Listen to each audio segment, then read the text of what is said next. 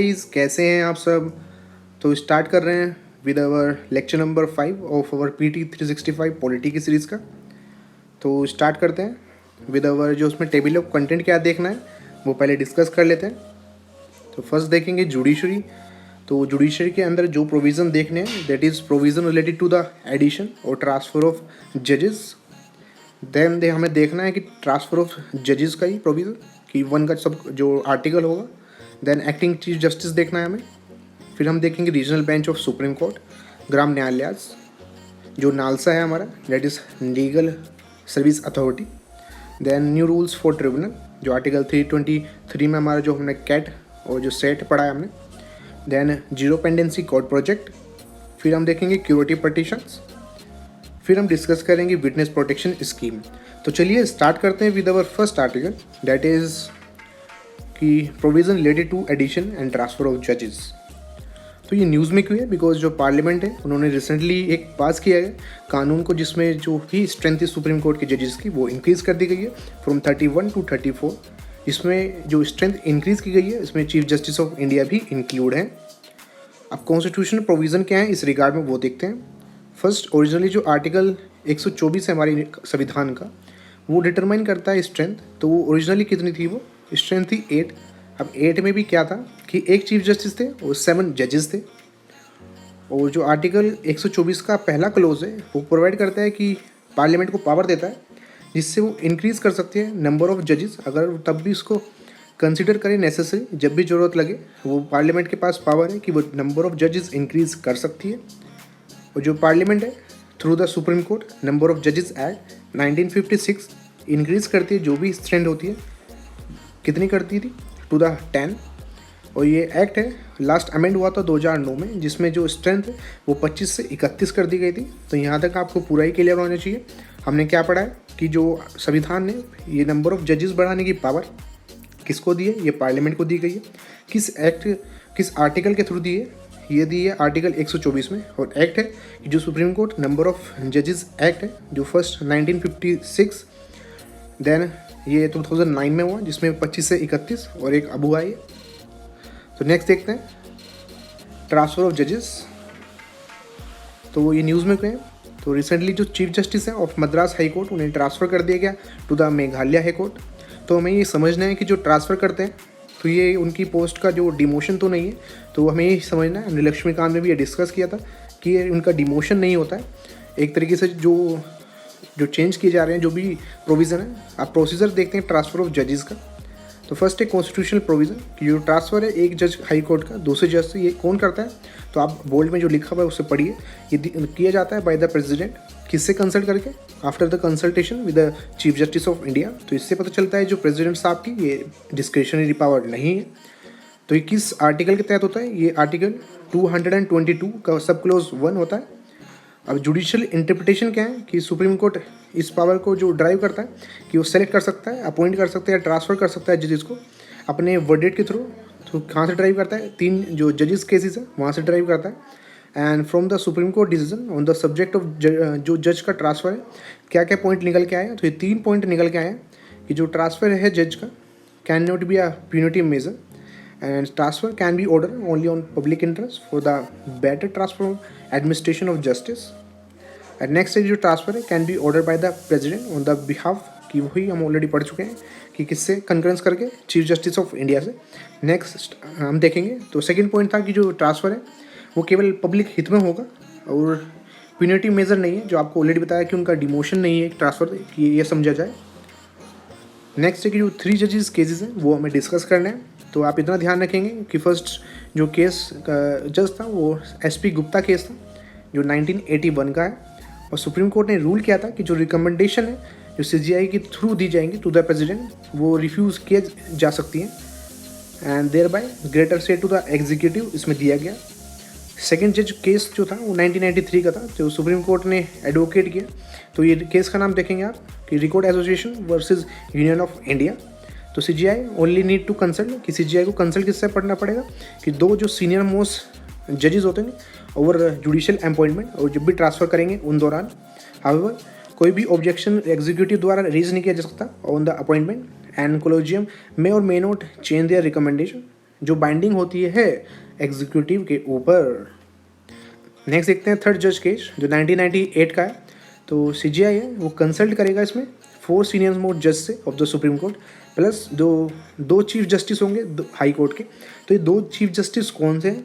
तो वन है वो कि जहाँ से जो जज है ट्रांसफ़र किए जा रहा है, और सेकंड जो चीफ जस्टिस है वो है कि जहाँ पे ये जिस प्लेस पे इनको ट्रांसफ़र किया जा रहा है, कि कहाँ से जिस प्लेस से किया गया है वहाँ की चीफ जस्टिस, और जहाँ पे किया जा रहा है वहाँ की चीफ जस्टिस। तो 4 जो सीनियर मोस्ट जज हो गए और जो 2 चीफ जस्टिस हो चुके हैं वो। लेट्स मूव करते हैं to the acting chief justice. कि न्यूज़ में किस लिए है कि बिकॉज रिसेंटली सुप्रीम कोर्ट ने रिसेंटली रूल किया है कि जो जज है जो रिटायर हो जाते हैं as an active chief justice for supreme court, वो क्लेम नहीं कर सकते जो पेंशन है of regular chief justice. Very important. अब आर्टिकल इस दौरान क्या है, आर्टिकल इस कि जो आर्टिकल 223 है 223 वो स्टेट करता है कि जो प्रेसिडेंट है वो अपॉइंट कर सकते हैं किसी भी जज को of high court as an acting chief justice of high court. तो वो किन केसेस में करेंगे तो वो हमें समझने हैं। पहला है कि जो ऑफिस है chief justice of high court, अगर वो वैकेंट हो उस केस में तो जज होते हैं हाई कोर्ट को वो as a acting chief justice of high court act कर सकते हैं। अगर जो chief justice of high court है वो टेम्परली एब्सेंट है तो आप देखें और है यहाँ पे नॉट एंड, तो इन किसी भी केसेस में हो सकता है। नेक्स्ट है जो chief justice of high court है is unable to perform the duties of his office. तो तीनों ही केसेस में जो प्रेसिडेंट साहब हैं वो अपॉइंट कर सकते हैं किसी भी जज को of a high court as an acting chief justice of a high court. ये किस आर्टिकल में मेंशन है? ये आर्टिकल 223 के अंदर मेंशन है। और सिमिलरली अंडर आर्टिकल 126 जो प्रेसिडेंट है वो अपॉइंट कर सकते हैं अ जज ऑफ अ सुप्रीम कोर्ट को as an acting chief justice of India. तो हाई कोर्ट में ये 223 के अंदर है and supreme court it is 126। तो आप ये ध्यान रखेंगे कि जब आप सुप्रीम कोर्ट के आर्टिकल याद रखते हैं फ्रॉम 124 टू 147, तो जो 126 पे जाते हैं तो लास्ट का मल्टीप्लाई बाई 2 करते हैं, तो इतना आपको ध्यान रहता है कि इसका हाफ जो रहेगा तो यही सिमिलर जो पावर पोजेस की जाएगी हाई कोर्ट में की जाएगी। तो ये भी इसमें ही कि जब वो वैकेंट होते हैं, एब्सेंट होते हैं या अनेबल होते हैं अपनी ड्यूटीज़ को परफॉर्म करने में। तो let's move to the next topic जो हम देखें कि हमने फर्स्ट डिस्कस कर लिया, सेकेंड डिस्कस कर लिया, थर्ड डिस्कस कर लिया। अब हम देख लें regional bench of supreme court. तो ये न्यूज़ में क्यों है? बिकॉज जो वाइस प्रेसिडेंट इंडिया के उन्होंने सजेस्ट किया है कि सेटिंग की जानी चाहिए 4 रीजनल बेंचेस की सुप्रीम कोर्ट की। तो करंटली जो सुप्रीम कोर्ट है वो हमारा दिल्ली में बैठता है। तो ये न्यूज़ में और क्या है कि आर्टिकल 130 में ये लिखा गया है कि जो सुप्रीम कोर्ट है वो किसी भी में सीट एट प्लेस दिल्ली से अलावा भी और दूसरे प्लेसेस पे भी बैठ सकती है। किसके ऑर्डर पे? On order of chief justice of India, जिसमें ही अप्रूवल लगेगा जो प्रेसिडेंट ऑफ इंडिया का। एंड ऑल्सो कोई भी कॉन्स्टिट्यूशनल अमेंडमेंट की रिक्वायरमेंट नहीं है in order to set up such branches. और जो लॉ कमीशन है वो रिकमेंड करती है कि जो डिवीज़न है सुप्रीम कोर्ट का 2 चीज़ों में, पहला कॉन्स्टिट्यूशनल कोर्ट, दूसरा है national court of appeal. And जो सुप्रीम कोर्ट है itself as early in 1986 recommend करता है कि एस्टेब्लिशमेंट करेगा of national court of appeal का, जिसकी जो रीजनल बेंचेस होंगी वो होंगी चेन्नई, मुंबई और कोलकाता के अंदर। तो ये हम टाइम जो हमारा इंडियन टाइम होता है तो उसके अकॉर्डिंग भी आपको यही जो प्लेसेस होते हैं उसमें न्यू दिल्ली ऐड हो जाता है, तो आपको इसमें रटने की रिक्वायरमेंट नहीं रहेगी।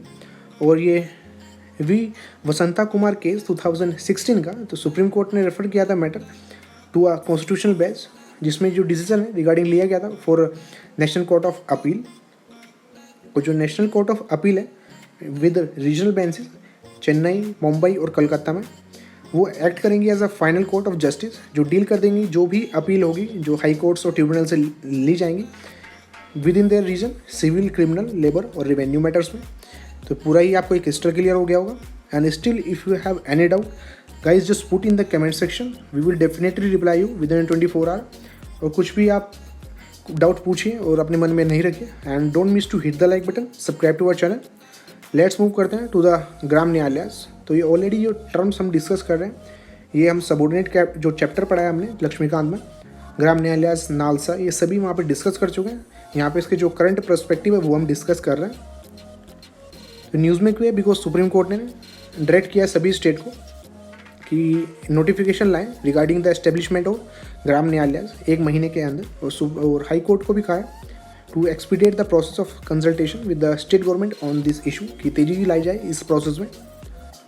बैकग्राउंड क्या है कि 114 रिपोर्ट थी जो लॉ कमीशन की 1986 की, उसने रिकमेंड किया था सेटिंग अप करना ग्राम न्यायालय का।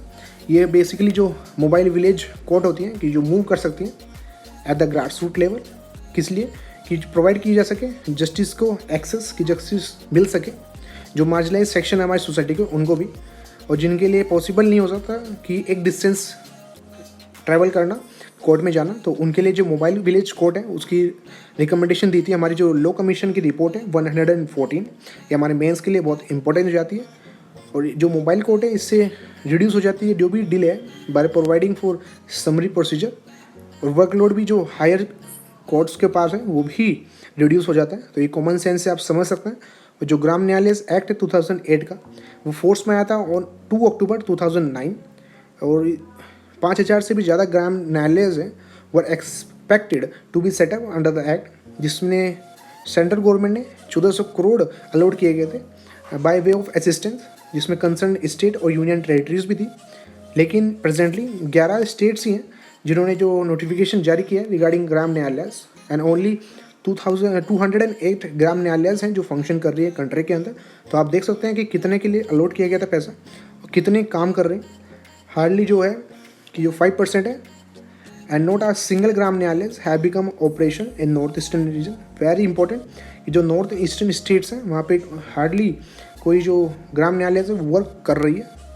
अब जो इनके बारे में पढ़ लेते हैं, इनका स्ट्रक्चर क्या होता है, अपॉइंटमेंट क्या होता है, तो देखेंगे इसका जो स्ट्रक्चर है, जो अपॉइंटमेंट है और जो भी जुरिडिक्शन पावर अथॉरिटी है ये कौन डिसाइड करता है, तो क्या क्या होता है।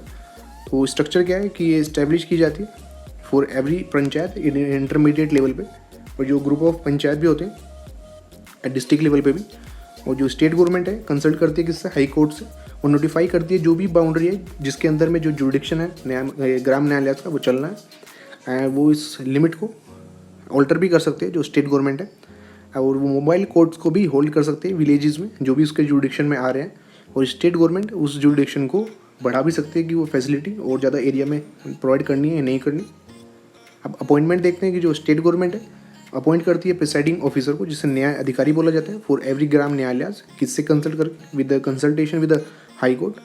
तो वो कौन पर्सन होना चाहिए, वो पर्सन होना चाहिए कि वो जो एलिजिबल हो to be appointed as a judicial magistrate of the first class, और जो सैलरी और अदर अलाउंसेज होते हैं अलॉन्ग विद अदर जो टर्म और कंडीशन ऑफ सर्विस होती है shall be on the same lines कि जो भी एक्ट के में अंदर लिखी होंगी, और जो रिप्रेजेंटेशन है वो भी दिया जाएगा जो SC ST और वुमेंस के मेंबर्स हैं उनको भी। अब जुरिडिक्शन पावर और अथॉरिटी देखते हैं कि जो ग्राम न्यायालय हैं वो शैल एक्सरसाइज करते हैं बोथ सिविल और क्रिमिनल जुरिडिक्शन, और जो जजमेंट पास किया जाता है बाय ग्राम न्यायालय इन सिविल केसेस वो कंसिडर किया जाता है एज अ डिग्री। तो आपको जजमेंट और डिग्री में डिफरेंस पता होना चाहिए। Decree is something like a summary of a judgment. तो जैसे आप चैप्टर पढ़ते हैं उसकी समरी आती है जो करेक्ट पॉइंट होते हैं, तो ये उसका मोस्ट रिफाइंड पॉइंट है जजमेंट का। जो ग्राम न्यायालय है वो एक्ट करती है कैन ट्राई एक्ट कि जो सिविल केसेस में भी, सिविल सूट्स में भी, और जो क्लेम्स और डिस्प्यूट्स होते हैं जो भी एक्ट में इसमें जो एक्ट है इसमें स्पेसिफाई किए गए हैं। तो एग्जाम्पल दिए गए हैं जो ऑफेंसेस डेथ पनिशेबल नहीं है, इम्प्रिजमेंट फॉर लाइफ, और जो अदर 2 years के लिए अदर जो दिए हुए हैं ऑफेंसेस जो भी सेंट्रल एक्ट से रिगार्डिंग है, such as payment of wages की मिनिमम वेजेस की, protection of civil right bonded labour, और प्रोटेक्शन वुमेन की डोमेस्टिक वायलेंस है। और जो नेचर है जुरिडिक्शन का जो भी एक्ट में स्पेसिफाई किया गया है वो अमेंड है किया कर सकता है कौन, स्टेट गवर्नमेंट भी और सेंट्रल भी। और एक ग्राम न्यायालय बाउंड नहीं होता, जो भी रूल्स ऑफ एविडेंस प्रोवाइड किए गए as per the Indian evidence act 1892, और ये फॉलो करता है प्रिंसिपल ऑफ नेचुरल जस्टिस जो हमने सेंट्रल एडमिनिस्ट्रेटिव ट्रिब्यूनल में भी देखा था। और ये सब्जेक्ट टू द रूल होता है जो भी हाई कोर्ट द्वारा बनाए जाते हैं, और जो भी अपील्स होते हैं against the judgment criminal cases में। तो ऐसे हमने जो लक्ष्मीकांत में भी डिस्कस किया था कि क्रिमिनल केसेस में ये जाते हैं COS में, that is court of session में, और जो सिविल केसेस के जो भी अपील्स होती हैं वो जाती हैं डिस्ट्रिक्ट कोर्ट के अंदर। और जो टाइम पीरियड है इसका कि केस को डिस्पोज करना है वो 6 month का होता है। और नेक्स्ट देखते हैं that is NALSA, national legal service authority. तो इसने इशू करी है एक विजन 2020 डॉक्यूमेंट जिसका नाम है mission access justice to all. तो ये क्या है, ये एक्ट ऑफ द पार्लियामेंट से बनी है, that is legal service authority act 1987। क्यों, किस लिए, ये जो प्रोवाइड करे एक legal service, free legal service weaker section of the society को, और ऑर्गेनाइज करे लोक अदालत फॉर एमिकेबल सेटलमेंट डिस्प्यूट्स का। तो वो हमारे आर्टिकल 39A है उसको ये फुलफिल करते हैं जो हमारे DPSP में फ्री लीगल एड को। नेक्स्ट है कि जो नालसा है तो इसमें जो स्ट्रक्चर क्या है उसका, वो कॉन्स्टिट्यूट होती है चीफ जस्टिस ऑफ इंडिया में, and who shall be the patron in chief, जो सर्व एंड अ सर्विंग और रिटायर्ड जज of a supreme court to be nominated by the president. तो चीफ जस्टिस ऑफ इंडिया होते हैं जो chief as a act करते हैं उस बॉडी का, और एक जो सर्विंग और रिटायर्ड जो जज होते हैं सुप्रीम कोर्ट के, जो प्रेसिडेंट साहब द्वारा नॉमिनेट करते हैं, वो इसके मेंबर होते हैं। और in consultation with the chief justice of India वो एक्ट करते हैं एज अ एग्जीक्यूटिव चेयरमैन। वो जो एक्ट है ऑल्सो प्रपोजेज कि सभी स्टेट्स में एक स्टेट लीगल सर्विस अथॉरिटी भी होनी चाहिए, और इन एवरी हाई कोर्ट एक high court legal service committee भी बनाई जानी चाहिए, ये बनाई गई है। और जो डिस्ट्रिक्ट लीगल सर्विस अथॉरिटीज़ हैं and taluk legal service committees हैं have been constituted in the district and most of the talukas, जिससे प्रोवाइड की जा सके ये free legal services to the people, और कंडक्ट किया जा सके जो भी लोक अदालत का काम है स्टेट के अंदर। अब जो देखते हैं कि जो भी पर्सन एलिजिबल हैं फ्री सर्विस के लिए देने के लिए, तो ये आपको यहाँ से आर्टिकल जो कवर हो जाएगा मैगजीन का भी। तो ये जो कौन मेंबर है, that is women and children, member of SC and ST। Next है इंडस्ट्रियल वर्कमैन। और तो ये आप देख सकते हैं कि इसमें खुद आप एक बार पेन कॉपी लेके बैठेंगे तो जब रिवाइज करते हैं तो आप देख सकते हैं कि कौन मेंबर्स होंगे। डिसेबल्ड पर्सन होगा, वुमेन होंगी, SC ST के मेंबर्स होंगे, इंडस्ट्री में जो काम कर रहे हैं वर्कमैन वो होंगे, और जब कोई विक्टिम होता है किसी भी डिज़ास्टर का, और जो पर्सन है जिसकी एनुअल इनकम कम होगी वो कितनी अमाउंट है, 1 लाख दी गई। और जो विक्टिम होगा ट्रैफिकिंग इन ह्यूमन बींग्स, तो ये सभी हैं, तो ये पर्सन एलिजिबल हैं फॉर फ्री लीगल सर्विस के लिए। ये टोटल हमारे पास 7 मैटर्स हैं। अब जो रिलेटेड इन्फॉर्मेशन है that is tele law initiative. तो ये टेली लॉ क्या है, ये एम करता है कि जो फैसिलिटेट करेगा डिलीवरी लीगल एडवाइस का एक पैनल ऑफ लॉयर्स के थ्रू जो स्टेशन होंगे at the state legal service authority that is salsa, और एक कॉमन सर्विस सेंटर। तो बेसिकली एक ऑनलाइन या पोर्टल हो गया है जिससे आप ये पूछ सकते हैं कुछ भी, अगर लीगल सर्विस ले सकते हैं। कोई भी आपको एक एडवाइस की रिक्वायरमेंट है, जो डिपार्टमेंट है जस्टिस का वो पार्टनर करता है नालसा के साथ and CSC e governance service India limited, जिससे कि मेन स्ट्रीम जो लीगल एड है उसे मार्जिनलाइज्ड कम्युनिटी को दिया जा सके थ्रू कॉमन सर्विस सेंटर के थ्रू। और ये लॉन्च हुआ था 2017 में, और इस स्कीम को एक्सपेंड किया गया 115 एस्पिरेशनल डिस्ट्रिक्ट्स के अंदर। जो प्रोविज़न है जैसे मैं आपको पहले बताया था कि आर्टिकल 39A जो हमारा DPSP का वो ऐड किया गया था 42 कॉन्स्टिट्यूशन अमेंडमेंट एक्ट से। तो यही प्रोवाइड करता है free legal aid to the poor weaker section of the society. Plus article 21 जो है हमारा इंडिया कॉन्स्टिट्यूशन का, वो राइट देता है to the legal free legal aid और फ्री लीगल सर्विस, वो हमारा फंडामेंटल राइट है। और जो legal aid as a human right वो हमारा universal declaration of human right 1948 में दिया गया है। 4.5 जो हमारा आर्टिकल है वो देखते हैं कि न्यू रूल्स फॉर ट्रिब्यूनल। तो जो हमारा ट्रिब्यूनल्स हैं दैट इज़ आर्टिकल 323A और 323B ऑलरेडी हम डिस्कस कर चुके हैं। तो ट्रिब्यूनल का नाम लेते ही आपके 2 आर्टिकल याद आने चाहिए, प्लस ये हमारा ओरिजिनल कॉन्स्टिट्यूशन में मेंशन नहीं था। ये आर्टिकल जो अमेंडमेंट है 42 से ऐड हुआ है, किसकी रिकमेंडेशन पे, सरवन सिंह कमेटी। तो देखते हैं न्यूज़ में क्यों है, बिकॉज जो यूनियन मिनिस्ट्री है फाइनेंस की, उन्होंने नए रूल्स फ्रेम किए हैं जो प्रिस्क्राइब करेगी एक uniform norms to the appointment और सर्विस कंडीशन मेंबर की जो वेरियस ट्रिब्यूनल्स के अंदर है। तो ट्रिब्यूनल क्या है, एक क्वाजी जुडिशियल बॉडी है, क्वाजी मतलब कम जुडिशियल, जो एस्टेब्लिश हुई इंडिया में bye act of the parliament और स्टेट लेजिस्लेचर। 2 एक्ट के तहत जो रिजोल्व करती हैं जो भी डिस्प्यूट्स होते हैं। तो जो 2 एक्ट हैं दैट इज़ आर्टिकल 323A और 323B वो इंसर्ट हुए हैं किस अमेंडमेंट के थ्रू, बाय 42nd अमेंडमेंट 1976। किसकी रिकमेंडेशन पे, सरवन सिंह कमेटी की रिकमेंडेशन पे। तो जो फर्स्ट आर्टिकल है 323A इसने एक कैट ये एस्टेब्लिश करता है, मतलब सेंट्रल एडमिनिस्ट्रेटिव ट्रिब्यूनल। और जो 323B है ये डील करता है with the tribunal for other matters, और ये प्ले करते हैं एक इंपॉर्टेंट रोल। जो भी एडजुडिकेशन होता है, मतलब जो जजमेंट देना होता है किसी भी डिस्प्यूट्स का, स्पेशली जब सब्जेक्ट डिमांड करता है एक टेक्निकल एक्सपर्टाइज, और ये फॉलो नहीं करता कोई भी यूनिफॉर्म प्रोसीजर जो भी सिविल प्रोसीजर कोड में दिया गया या इंडियन एविडेंस एक्ट में दिया गया। ये principle of natural justice follow करता है, जैसा आपको ऊपर ग्राम न्यायालय में एक्सप्लेन किया गया है। और ये एंजॉय करता है सम ऑफ द पावर जो सिविल कोर्ट्स की होती हैं, और एंश्योर करता है कि इशू करता है समन और अलाउंग करता है विटनेस को कि वो एविडेंस के लिए। और जो इसका डिसीजन होता है वेरी वेरी इंपॉर्टेंट, वो लीगली बाइंडिंग होता है पार्टी पे, सब्जेक्ट टू द अपील, कि वो ऊपर कोर्ट्स में अपील कर सकते हैं। अब न्यू रूल क्या है कि जो ट्रिब्यूनल है, appellate tribunal and other authorities, ये एक्ट है जो हमारा रूल 2020 का, वो फ्रेम किया गया मिनिस्ट्री ऑफ फाइनेंस के द्वारा। Very important exercise of power जो किसके थ्रू, जो हमारा फाइनेंस एक्ट है 2017 का, उसका सेक्शन 184 को यूज़ करते हुए।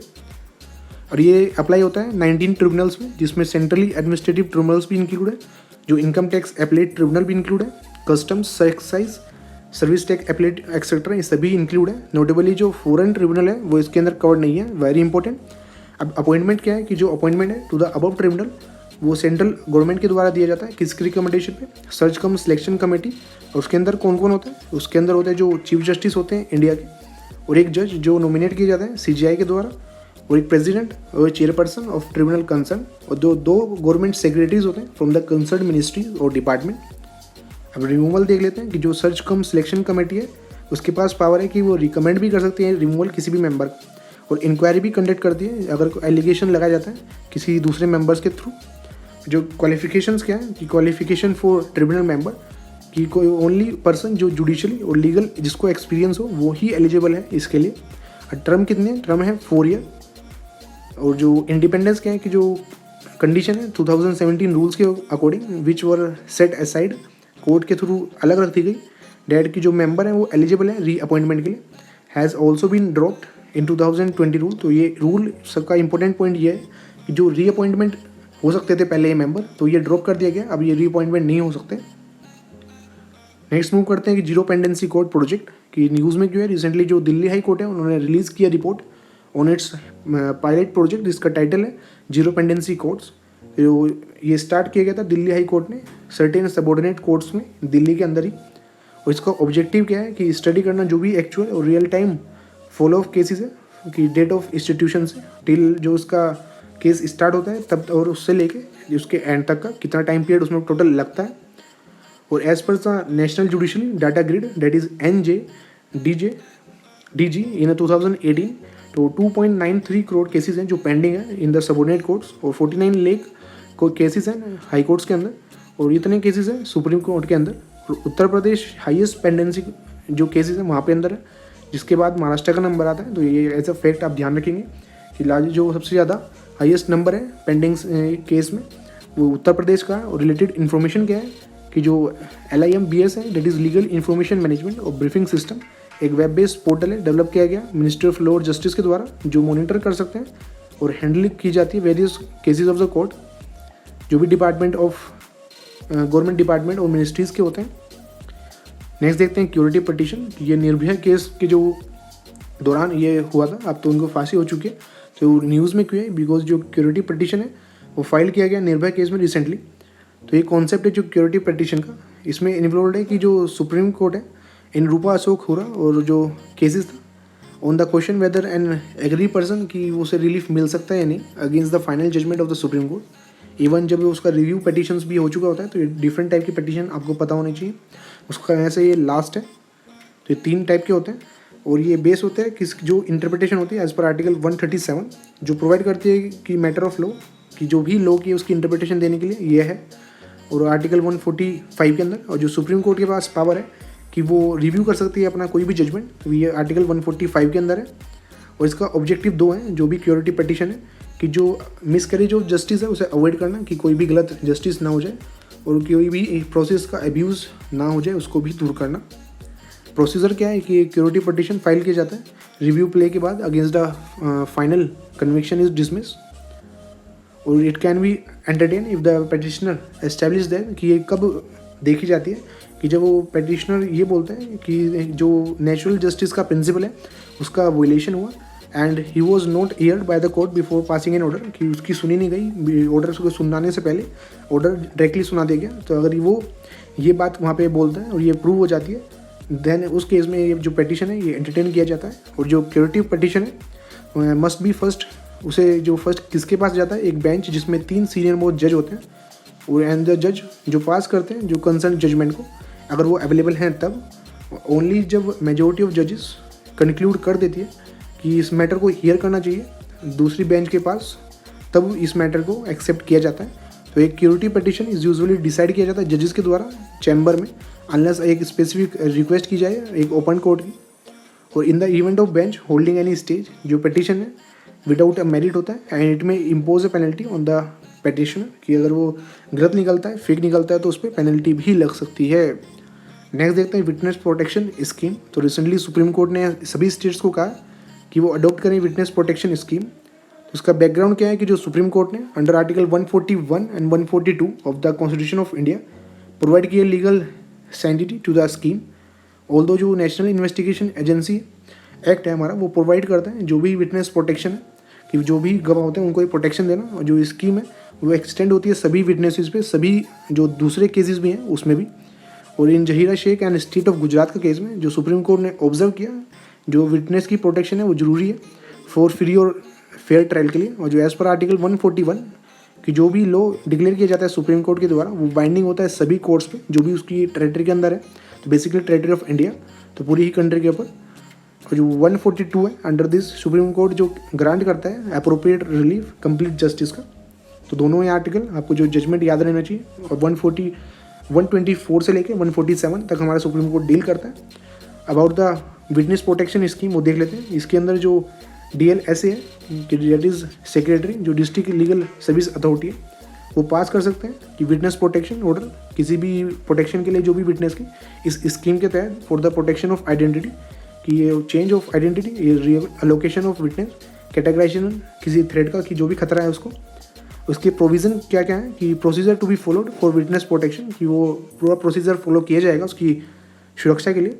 और यूज़ किया जाएगा टेक्नोलॉजी लाइक कैमरा ट्रायल्स के लिए भी। और विटनेस प्रोटेक्शन फंड भी बनाया जाएगा। अब देख लेते हैं कि इंडेक्स में हमारा कि जो हमें डिस्कस करने थे हमारा पूरा ही कवर हो चुका है नहीं। तो विटनेस प्रोटेक्शन स्कीम हमारा लास्ट था। तो गाइज हमें पूरा ही लेक्चर नंबर 5 है कंप्लीट कर चुके हैं और आपको पूरा ही क्रिस्टल क्लियर आपको एक्सप्लेन कर दिया गया है। आपको बस 2 से 3 बार इस वीडियो को रिवाइज करना है एंड दैट्स इट। मिलते हैं इसके चैप्टर नंबर और लेसन नंबर 6 में। And don't miss to hit the like button and subscribe to our channel 10 expert IAS। मिलते हैं इसकी नेक्स्ट वीडियो में। Thank you.